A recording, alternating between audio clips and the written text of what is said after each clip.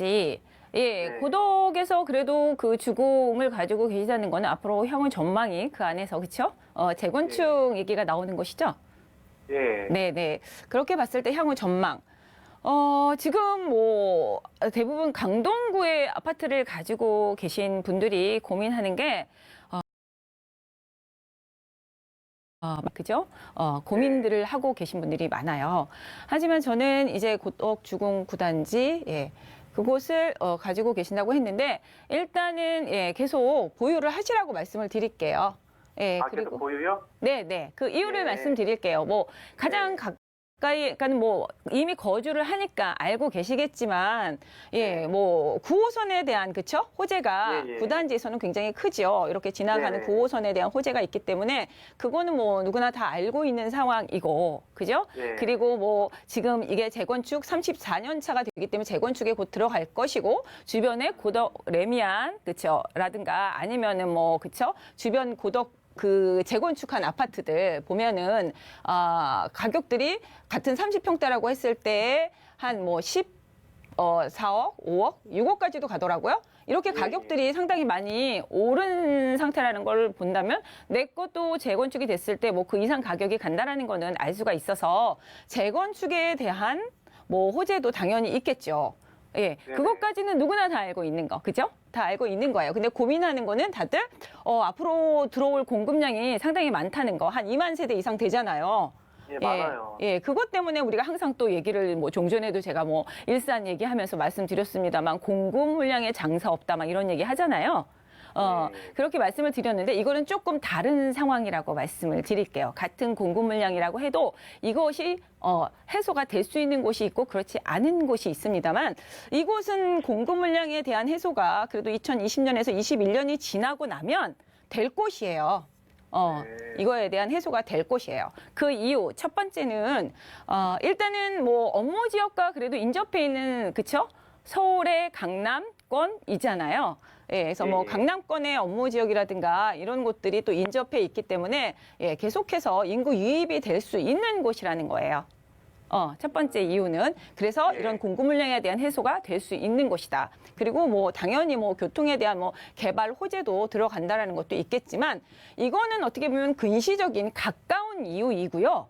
거시적으로 봤을 때, 장기적으로 봤을 때 저는 우리나라 전체의 어떤 수도권이라든가 아니면 이렇게 서울 시내 안에 인접해 있는 지역들은 웬만한 어떤 기본적인 어떤 뭐 단지를 갖추고 있고 주변에 인프라를 갖추고 있고 교통 여건만 갖추고 있다면 가격이 결코 쉽게 떨어지지는 않을 거라고 좀 예상을 합니다.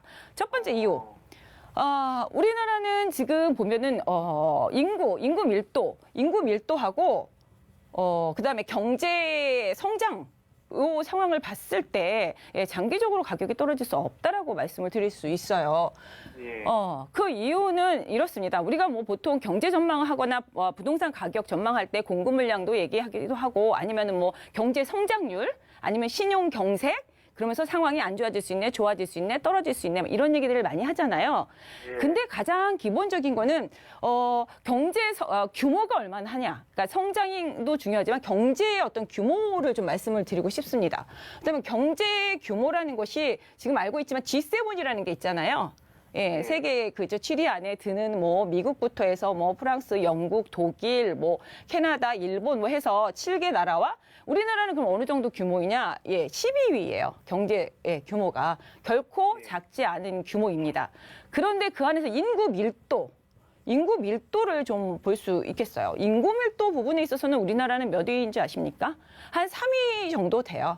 방글라데시나 대만, 방글라데시하고 대만이 1, 2위를 하고 그다음에 3위인데 그렇다면 그 안에서 서울의 인구 밀도. 그래서 제가 서울 안쪽은 웬만하면 좀 떨어지지 않겠다라고 말씀드리는 게 여기에 있습니다. 서울의 인구 밀도는 세계 1위입니다.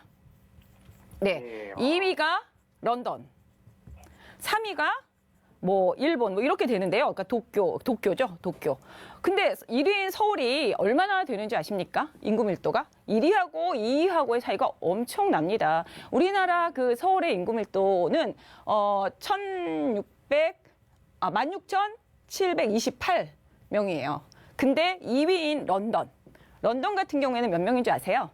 예, 2위인데 5,100명이에요. 겨우 3분의 1밖에 안 됩니다. 2위하고 이렇게 차이가 나요? 그러면은 일본 같은 경우에 일본은 4,720명이거든요. 네, 어마어마한 차이가 3분의 1 정도 차이가 나는 20-30%밖에 안 돼요. 2, 3위가. 1위인 우리나라는 그 인구 밀도가 어마어마합니다. 이런 속에서 어떻게 가치가 떨어질 수 있을까라는 생각이 들고요. 특히나 그러면은 지금 2년 사이에 주택 가격이 중위 가격이 얼마나 변한지는 아세요? 지금 한 5억 5천 정도 되던 게 지금 한 8억 2천 정도 되죠.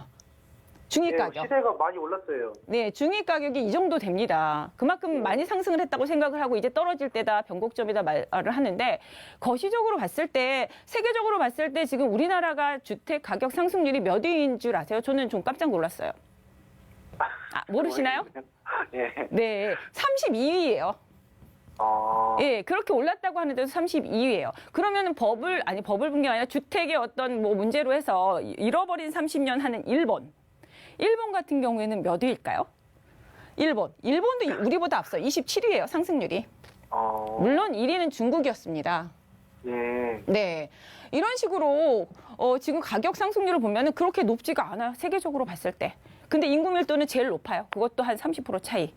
이런 것들을 봤을 때는 사실은 거시적으로, 그렇죠?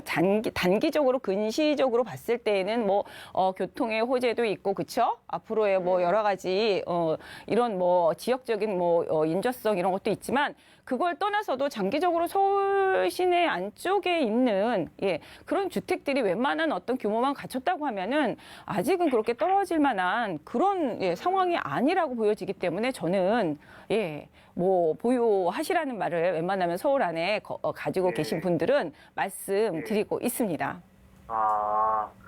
네, 감사합니다. 네.